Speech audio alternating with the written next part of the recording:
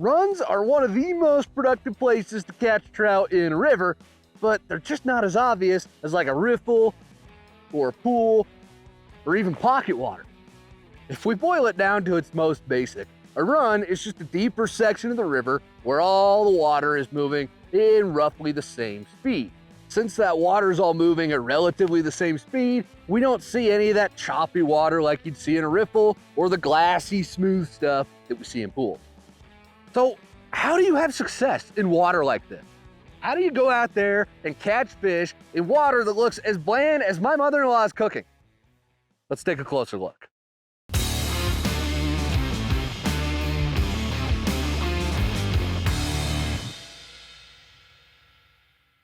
To successfully fish a run, you've got to understand what really separates runs from all of the other water types that are out there. And to do that, you need to understand the 3 characteristics that make a run what it is. Characteristic number 1, runs are always deeper than riffles. The reason that riffles have that choppy water is they're generally not very deep, maybe 2 feet, maybe 3 feet in some of the deeper riffles, and there's a ton of rocks on the bottom creating all those little bumps, creating all those little disturbances that creates the riffle on top of the water. Since runs are deeper than riffles, you're not going to get as much surface disturbance translating all the way up to the top, so you're not going to see as much happen.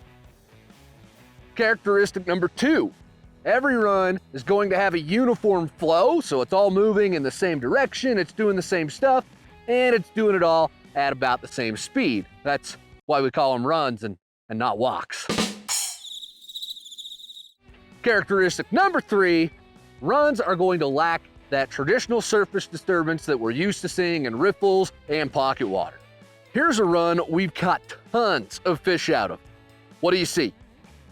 Yeah, a whole lot of nothing, right? It just doesn't have any obvious clues that tell us where the trout might be hanging out. I've mentioned this before, but it bears repeating because it's so important.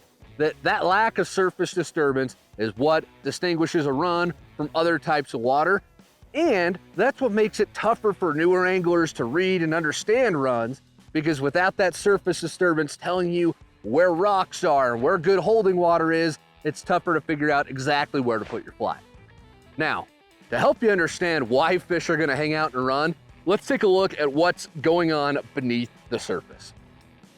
Look at what's in this run. All these obstructions, all these rocks, all these logs, they're creating little pockets of calmer water where the fish can hang out, not spend a whole lot of energy, but then when food drifts on by in the faster water, they can lean out, snack on it, and get back to their little lazy trout recliner all nice and full.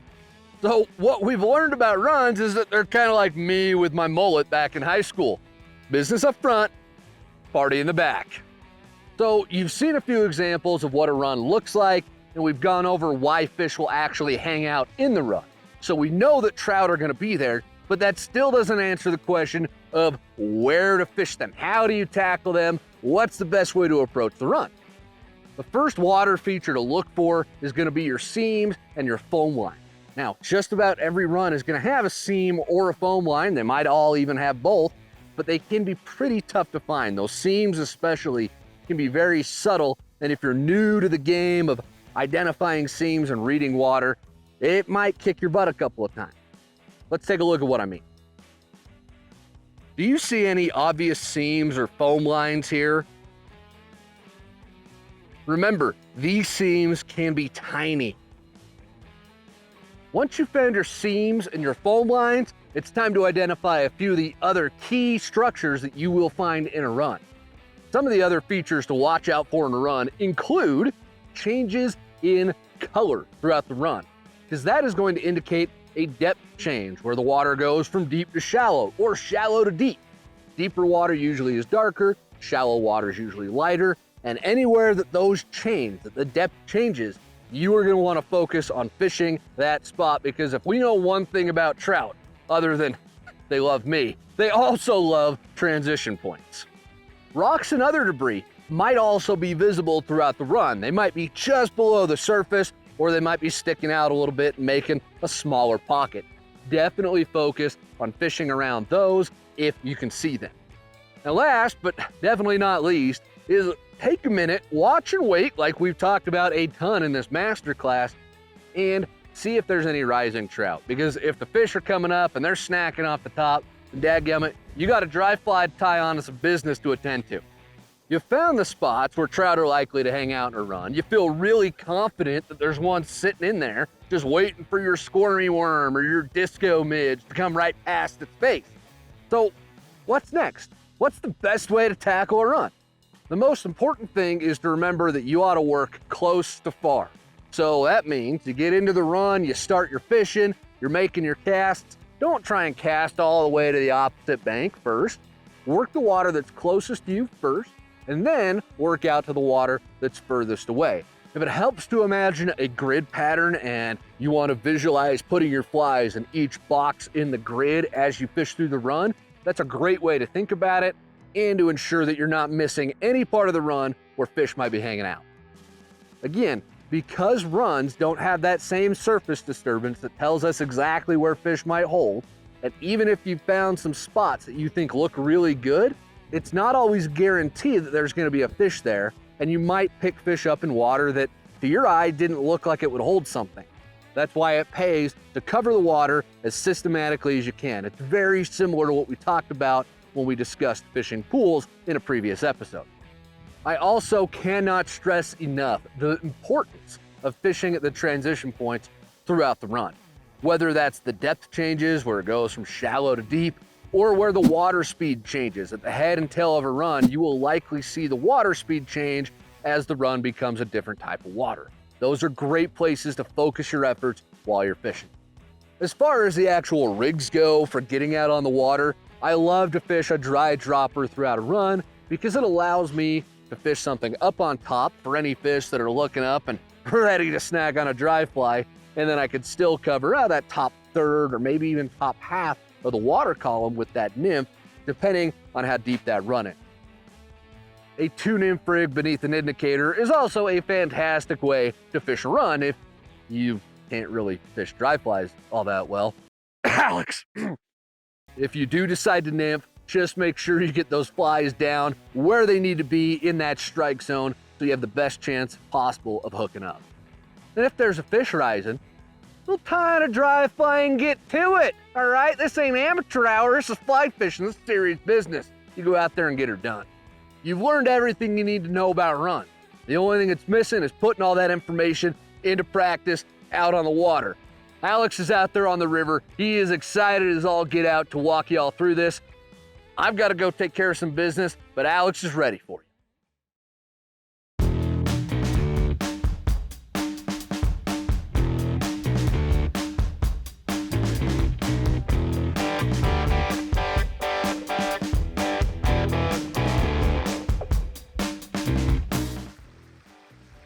Where's Spencer, man? He was supposed to be here like 45 minutes ago.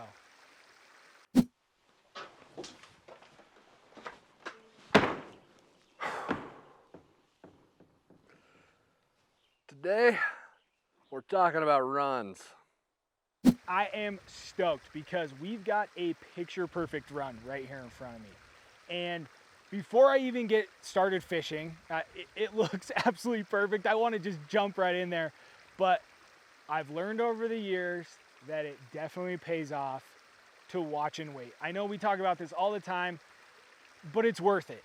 I'm gonna sit here maybe 2-3 minutes. I'm just gonna see if there's maybe any fish rising, because against what Spencer may have you believe, I can catch fish on a dry fly. It has happened before. I've caught like 1, 2 on a dry fly, so it's possible.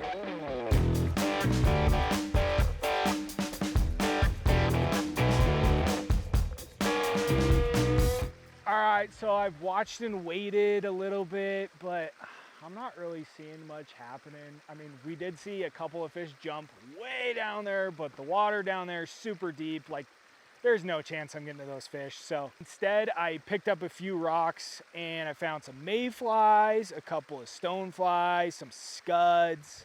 And so that's some great information. I'm probably gonna tie on maybe like a scud or a pheasant tail or some kind of mayfly imitation. And then there are rainbows in this river system, and it's early spring, so they're spawning this time of year. We're not actively fishing to spawning fish, but we do know that those eggs, they are in the river, and that's a great source of protein for fish that aren't spawning. I've tied on a little scud and one of my classic little egg bombers. I love this thing. This thing sinks like a rock. So we're gonna try and get to the bottom of this run and see if we can pull out some fish.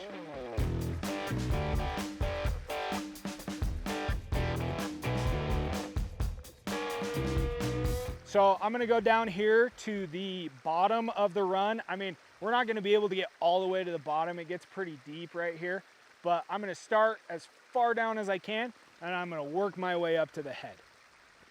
How come you're starting at the bottom? I just like to work upstream. I don't know, because I feel like it. All right, so what did we learn from Spencer? Close to far, I'm looking for those subtle seams, those transition points, foam lines, and right here I can already tell it goes from shallow to deep, and I can kind of see this really faint seam right here. It's slower and then it's a little faster out there as I get towards the center of the run. So I'm gonna work this closer, slower water first. Wow, that's really slow. I don't even think my flies will be moving in that slow of water. So I'm gonna get it out a little bit further, a little out in the current. There we go, it's moving slightly. Give a mend. See if it'll, yeah. Another mend. Another mend. That is moving very slow. That was probably bottom, maybe? I don't know. Could have been a fish. Maybe I wasn't fast enough. Just watching if that indicator does anything. All right, so I've worked that seam 3-4 times now. I'm gonna get it out into the faster stuff.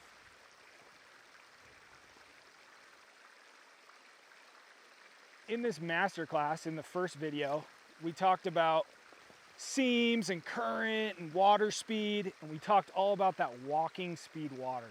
And so this water right here in front of me, about 1-2 rod lengths, it's slower than walking speed water. But as soon as I get 2-3 rod lengths out, that's where it starts to get to that ideal speed that I'm looking for. And so that's what I'm targeting.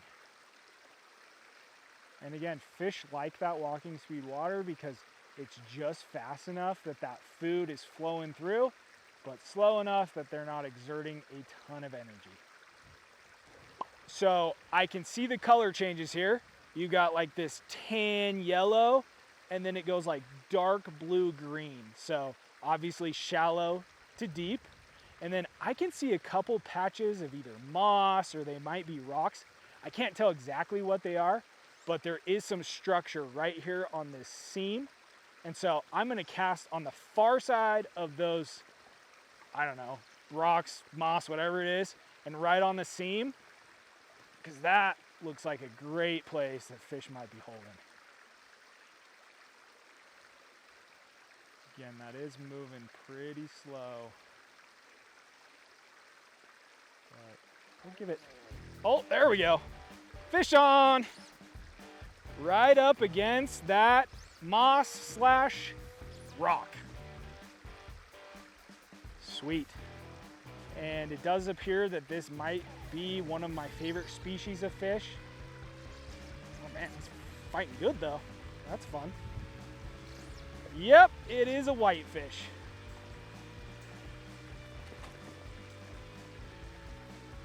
He took this sow bug, which is awesome. We saw sow bugs under a rock and we tied on a sow bug, matched the hatch, right? And so, I mean, Spencer will lead you to believe that I hate whitefish. I do not hate them. I just prefer trout. And I will say that a lot of my favorite rivers, they do have whitefish. It is a great indicator of a healthy river. So don't hate whitefish. I like trout more. Well, that was cool. We spotted some structure. We spotted some debris. We spotted a faint little seam. What do you know? Fish hanging out right on it. So Let's see if there's another one there. Hopefully it's a trout.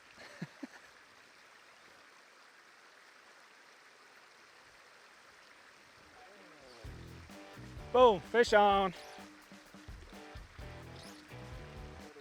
Ow! It was a whitefish, so we're fine.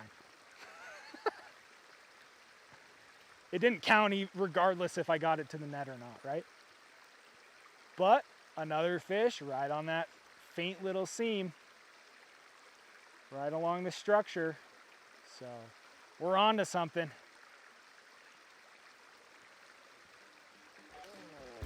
There we go, another one.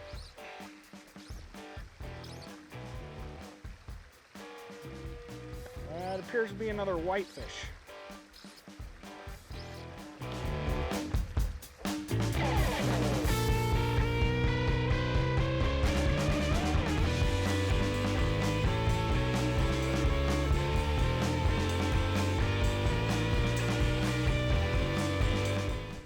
So Alex, talk to us about those whitefish.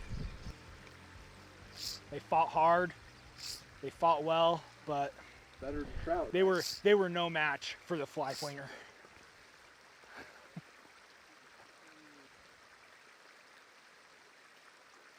So as I walk up, you can see we're getting into some riffles, and so we're transitioning from riffle to run.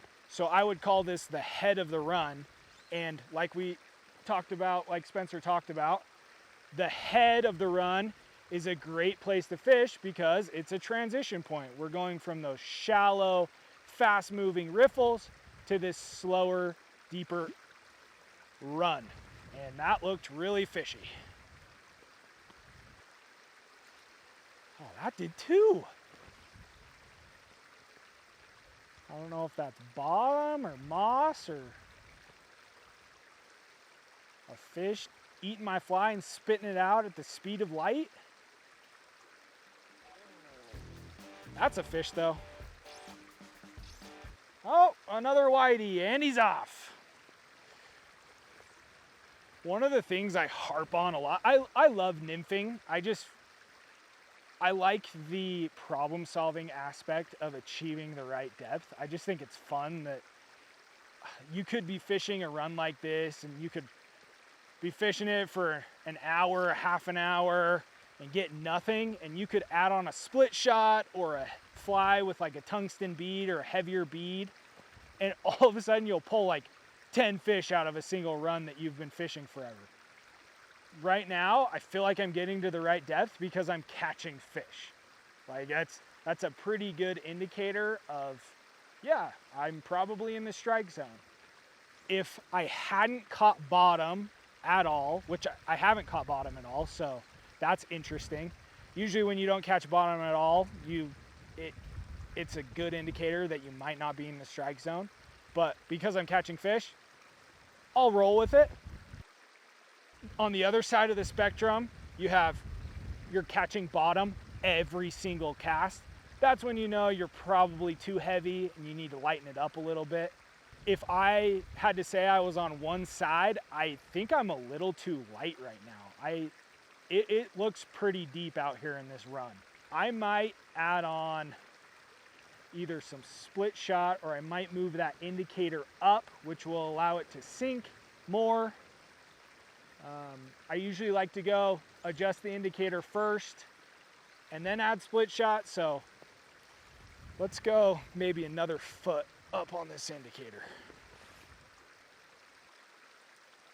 So again, I'm working close to far, so that one was pretty close to me. Then we're gonna go a little further out into that faster stuff. Give it a mend. Oh, yep, that's a fish. That was kind of delayed. This feels like a trout. Yep.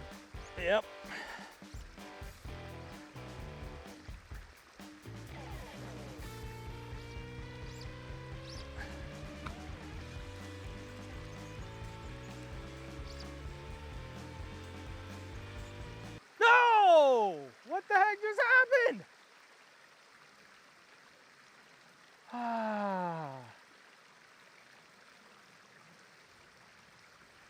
That's so sad. What was that? I feel like a better fish. Yeah, it was a trout, man. I just know it.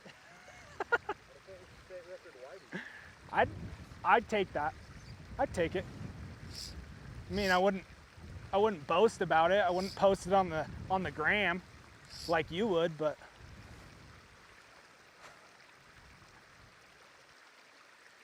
all right, couple more steps. I do see a foam line and another subtle seam right on the outside of this run. So probably a good spot to target. And we got a transition point, some foam, and a seam. Like, come on. Doesn't get any better than that. Yep. It's like another whitey though, maybe?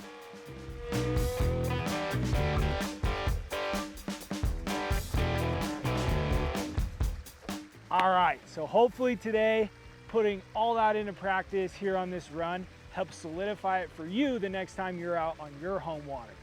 For me, the highlight of today was being able to identify that structure in the water, that moss or that rock, whatever it was, that faint seam, throwing my flies right on it, and boom, we caught a fish.